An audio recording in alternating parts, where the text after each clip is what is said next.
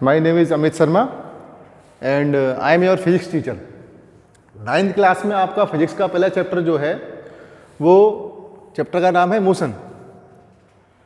तो सब लोगों ने मोशन के बारे में तो सुना ही होगा, बचपन से सब लोग जानते हैं कि मोशन क्या चीज़ है, लेकिन हम 9th में थोड़ा सा डिफरेंट एस्पेक्ट से ऐसे मोशन को पढ़ेंगे। ठीक है बच्चों, तो यहाँ पर 9th में मोशन सीखेंगे।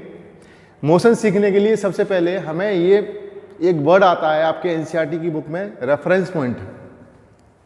रेफरेंस पॉइंट समझना बहुत ज़्यादा जरूरी है। इसको समझने के लिए एक एग्जांपल लेते हैं। एक एग्जांपल लेते हैं कि ये कार जो है जा रही है और कार में दो व्यक्ति बैठे हुए हैं। एक व्यक्ति जो है यहाँ कहीं पर खड़ा हुआ इनको ऑब्जर्व कर रहा है। तो कार की जो स्पीड है यहाँ पर कितनी है, 40 किलोमीटर पर आवर। तो कार की स्पीड यहाँ पर कितनी है, 40 किलोमीटर पर आवर। यानी कि कार क्या है, 40 किलोमीटर पर आवर की स्पीड से इधर की ओर मूव कर रही है। अब आप अगर देखेंगे,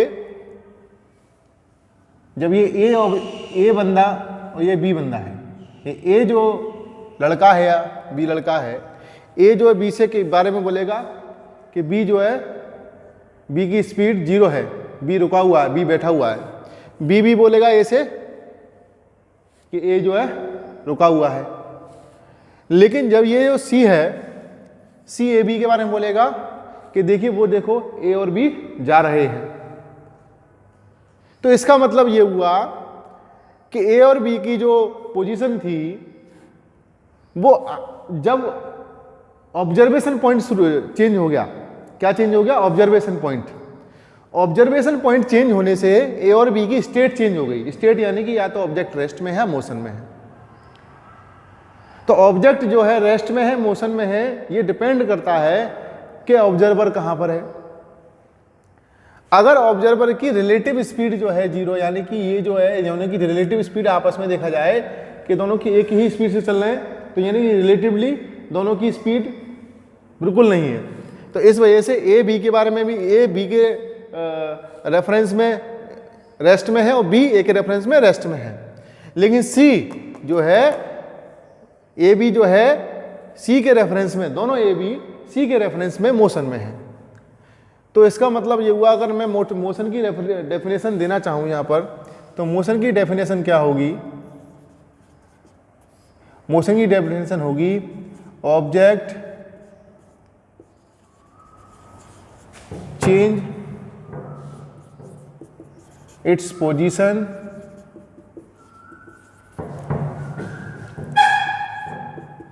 with respect to टाइम। यानी कि टाइम के साथ साथ ऑब्जेक्ट की पोजीशन चेंज होनी चाहिए। क्या ये डेफिनेशन पूरी है? अभी मैंने एक बात बोली थी कि अगर मैं ये कहता कि टाइम के साथ साथ ए और बी की पोजीशन चेंज तो हो रही है, लेकिन अगर कोई डी ऑब्जेक्ट यहाँ पीछे बैठा हुआ तो ए और बी के बारे में क्या बोलेगा, बोलेगा कि ए और बी आगे बैठे हुए हैं, यानी कि नहीं चल रहे हैं। लेकिन सी क्या बोल रहा है कि ए बी डी जो है ऑब्जेक्ट मूवमेंट कर रहे हैं। तो एक लाइन और इसमें जुड़ जाती है, and with respect to observer.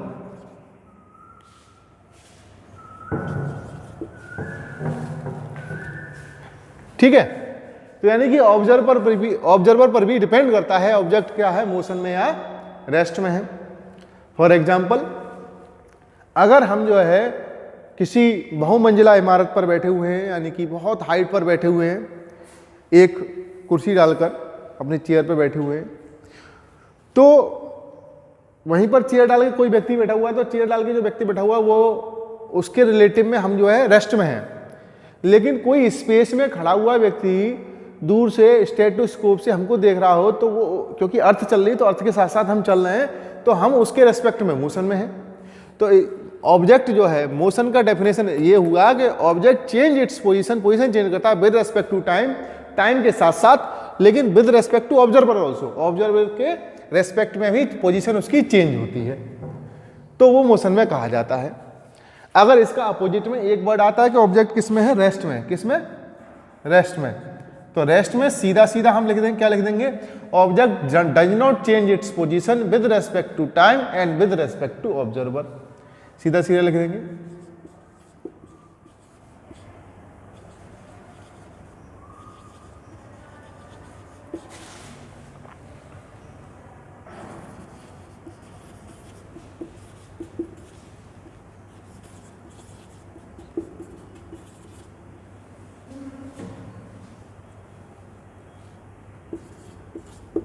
with respect to time and with respect to observer। ठीक है, तो मोशन और रेस्ट क्लियर हो गया होगा बच्चों आपका। अभी आपने मोशन पढ़ा, मोशन के बारे में मैंने बताया था कि object change its position with respect to time and with respect to observer, object को is called in motion. Object does not change its position with respect to time and with respect to observer, object is called in rest. यानी कि object जो है समय के साथ और observation के रेस्पेक्ट में, ऑब्जर्वर के रेस्पेक्ट में पोजीशन चेंज करता है तो मोशन में होगा, और अगर वो टाइम के साथ और ऑब्जर्वर के रेस्पेक्ट में पोजीशन चेंज नहीं करता तो ऑब्जेक्ट रेस्ट में होगा। अब जब मोशन समझ लिया है तो अब आते हैं uniform motion and non uniform motion. Motion two types के होते हैं, एक यूनिफॉर्म होता है और एक नॉन यूनिफॉर्म होता है। तो मोशन को समझने के लिए हमको ये समझना पड़ेगा, नॉन यूनिफॉर्म मोशन को समझने के लिए, जैसा कि आपने समझा पढ़ा होगा आपने आज तक, देखिए आपने सुना होगा यूनिफॉर्म मोशन। आपने जैसे कि स्कूल में ऐसे यूनिफॉर्म चलती है, तो यूनिफॉर्म जब स्कूल में चलती है तो यूनिफॉर्म का मतलब होता है कि सेम टू सेम, बिल्कुल सबकी एक जैसी, पैंट एक जैसी होनी चाहिए, शर्ट एक जैसी होनी चाहिए, टाई एक जैसी होनी चाहिए, है ना, बेल्ट एक जैसी होनी चाहिए। तो ये सब क्या है, यूनिफॉर्म। तो वहीं से यहाँ यूनिफॉर्म मोशन यानी कि एक जैसा मोशन, या नॉन यूनिफॉर्म यानी कि एक जैसा मोशन ना हो। तो उसको हम फिजिक्स के टर्म में कैसे डिफाइन करेंगे, समझते हैं। जब कोई ऑब्जेक्ट जो है डेफिनेट इंटरवल टाइम में, किसमें, डेफिनेट इंटरवल टाइम में, यानी कि ऑब्जर्वेशन टाइम अगर मैं 2 सेकंड ले लूँ कि पहले 2 सेकंड में ऑब्जेक्ट चलता है 5 मीटर, अगले 2 सेकंड में चलता है ऑब्जेक्ट 5 मीटर, अगले 2 सेकंड में ऑब्जेक्ट चलता है 5 मीटर, अगले 2 सेकंड में कितना चलता है, 5 मीटर। यानी कि सेम इंटरवल ऑफ टाइम में ऑब्जेक्ट जो है सेम डिस्टेंस कवर करता है, तो ऑब्जेक्ट को यूनिफॉर्म मोशन कहा जाता है। ऑब्जेक्ट के मोशन को क्या कहते हैं, यूनिफॉर्म मोशन। यहाँ पर उल्टा है, अगर 2 सेकंड ऑब्जर्वेशन टाइम में, पहले ऑब्जर्वेशन टाइम में ऑब्जेक्ट चला है 2 मीटर, फिर 5 मीटर, फिर 3 मीटर, यानी कि डिफरेंट, यानी कि सेम। दोनों में सिमिलरिटी ये है कि इंटरवल ऑफ टाइम जो ले रहे हैं हम, ऑब्जर्वेशन का टाइम 2 सेकंड 2 सेकंड 2 सेकंड, यानी कि सेम लूंगा। अगर पहली बार 2 सेकंड ले लिया तो अगली बार भी 2 सेकंड लूंगा, अगली बार भी 2 सेकंड लूंगा, अगली बार 2 सेकंड लूंगा। ऐसे ही यहाँ पहली बार अगर मैं 1 सेकंड ले लिया है तो अगली बार भी 1 सेकंड लूंगा, अगली बार भी 1 सेकंड लूंगा, अगली बार भी 1 सेकंड लूंगा। यानी कि पर सेकंड या सेम इंटरवल ऑफ टाइम में डिफरेंट डिस्टेंस कवर करे ऑब्जेक्ट तो नॉन यूनिफॉर्म मोशन होगा, और अगर सेम इंटरवल ऑफ टाइम में ऑब्जेक्ट जो है क्या करे, सेम डिस्टेंस कवर करे तो यूनिफॉर्म मोशन कहा जाएगा। ठीक है, इसे हम लिखेंगे इस तरीके से। कैसे लिखेंगे जरा समझें, एक बार देख लें, फिर से समझ लें। देखिए, सेम इंटरवल ऑफ टाइम में, same interval time 2 second 2 second 2 second 2 second, same interval of time में सेम डिस्टेंस कवर कर रहा है, 5 मीटर, 5, इट में भी 4 मीटर 3 मीटर। तो जब मैं एक बार 3 मीटर चल दिया तो अगले 2 सेकंड में भी 3 मीटर चलूंगा, अगले 2 सेकंड में 3 मीटर। किसके लिए, यूनिफॉर्म मोशन के लिए। नेक्स्ट है non uniform motion. Non uniform motion में क्या है, सेम इंटरवल ऑफ टाइम में जो डिफरेंट डिस्टेंस कवर करे, पहले कुछ, अगले इंटरवल ऑफ टाइम में अगले कुछ, अगले इंटरवल ऑफ टाइम में अगले कुछ, तो इसको कहेंगे नॉन यूनिफॉर्म मोशन। अगर इसे मैं फिजिक्स की भाषा में लिखना चाहूंगा तो उसे लिखूंगा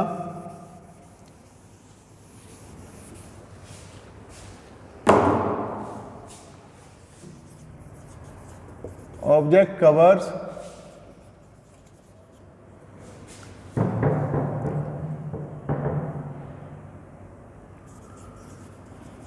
same distances in same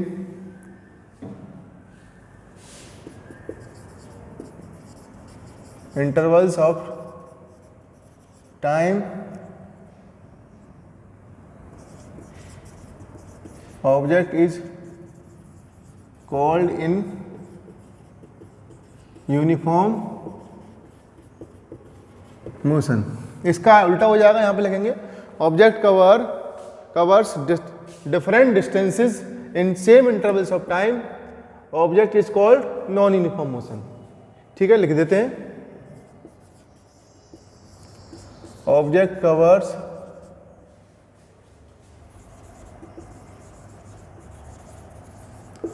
different distances in same interval of time,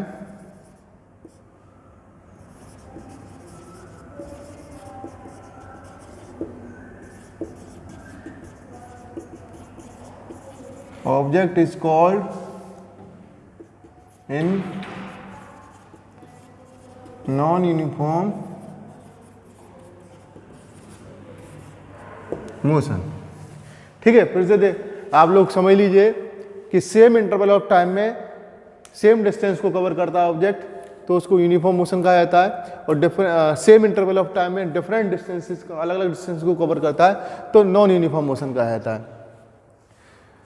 तो मोशन का ये एक तरीके से इंट्रोडक्शन है। आगे जब हम पढ़ेंगे तो आगे speed and distance, displacement, speed, velocity, ये सब पढ़ेंगे। तो आप लोगों को यहाँ तक, अगली क्लास तक पूरा आना चाहिए। ठीक है, सब लोग अपनी अपनी कॉपी में उतार लें और यू कैन व्हाट्सअप, आप व्हाट्सअप कर सकते हैं, मेरे को दिखा सकते हैं आप काम कहाँ तक कर रहे हैं। ठीक है, थैंक यू सो मच।